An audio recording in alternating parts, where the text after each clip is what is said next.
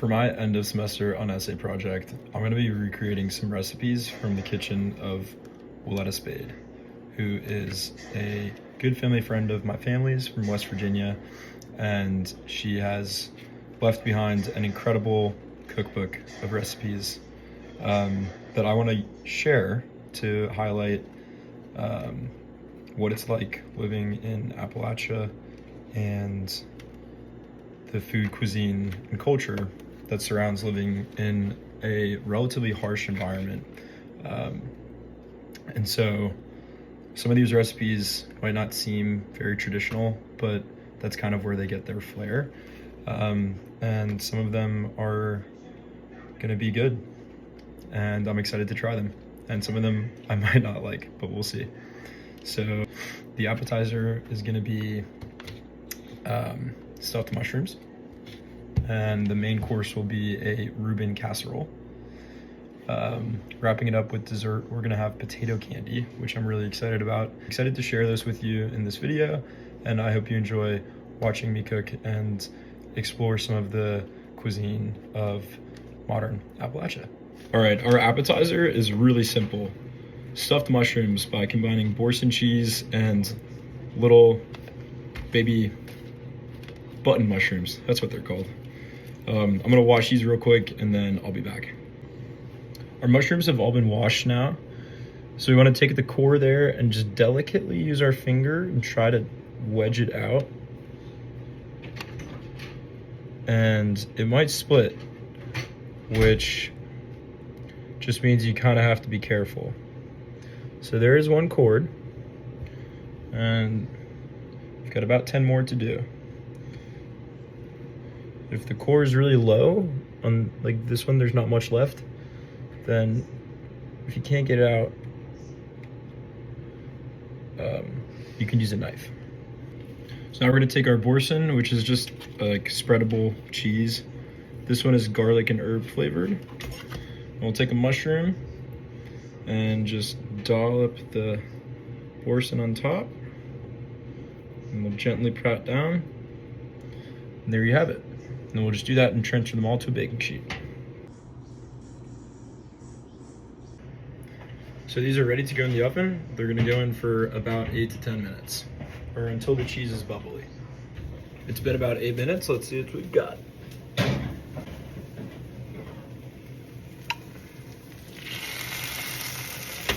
Those are great.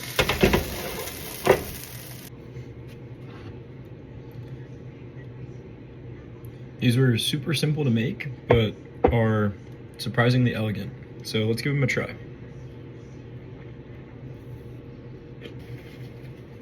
The cooked mushroom pairs beautifully with the cheese, and it all ties in with this just wonderful taste. I could definitely see myself making these for any sort of gathering, really, especially in the wintertime. Nice and warm and hearty.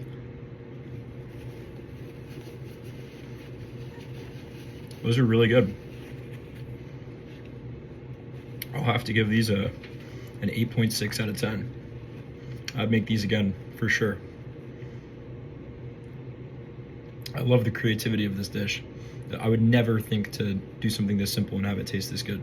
Let's move on to the main. For our main entree, we're gonna be making the Reuben Casserole, which calls for 2 cans of ground beef, sauerkraut, breadcrumbs, Thousand Island dressing, and Swiss cheese. And I'm gonna link the recipe down below in the description. But let's make it. And then just spread it out a little bit. So canned corned beef is fully cooked already. So once we finish this, we're just gonna put it in the oven to heat it up for about 30 minutes at 350. Next up's our sauerkraut. We're gonna drain this and then throw about half of this package on top.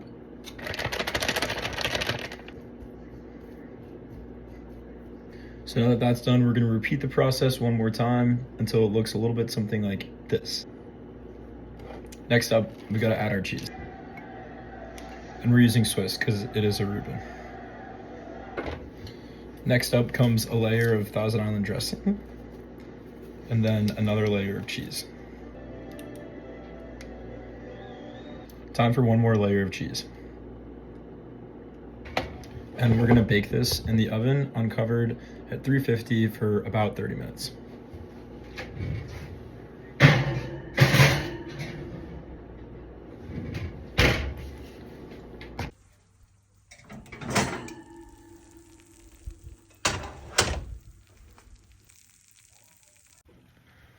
We're gonna add some breadcrumbs, and this is gonna go back in for 10 minutes.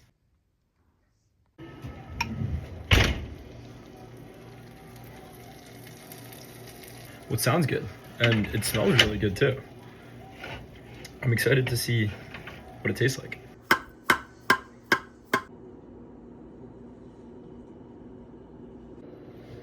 Well, my taste test got cut out accidentally because I forgot to press record, but we'll do it again.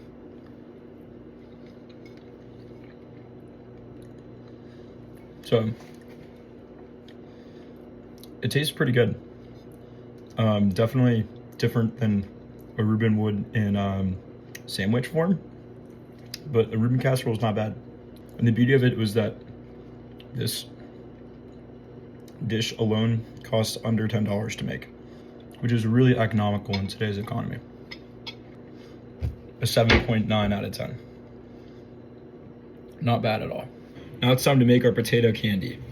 So in a bowl, we're gonna combine mashed potatoes, about a half cup.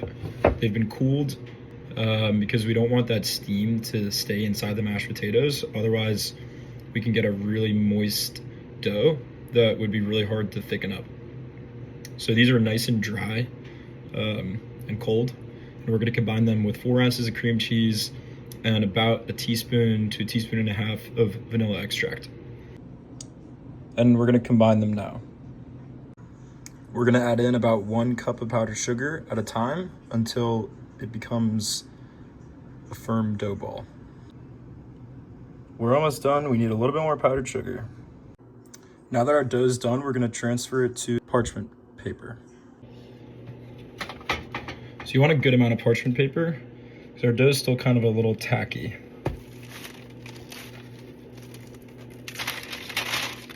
So you could use a rolling pin to do this, but I've gotten enough parchment where I'm just gonna place it on top and flatten it down with my hands. So it's about a 1/4 inch thick.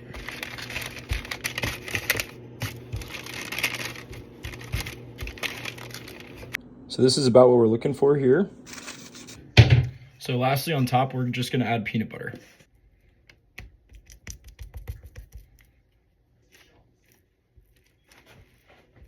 So that's about good there. And now the tricky part is gonna be rolling this up. I'm gonna do the best I can and report back. I got it done the best I could. It's certainly not perfect, but you know, it doesn't always have to be perfect. I'm gonna refrigerate this for an hour or so, and then we'll slice it and try it out. All right, our log's about done.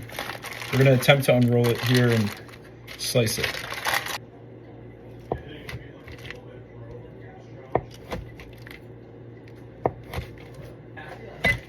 All right, here's our slice. It's not perfect, but it's definitely better than my first attempt, so we'll give it a try. Wow. Something happened in the freezer that I can't explain. It tastes essentially like peanut butter fudge. That's really good.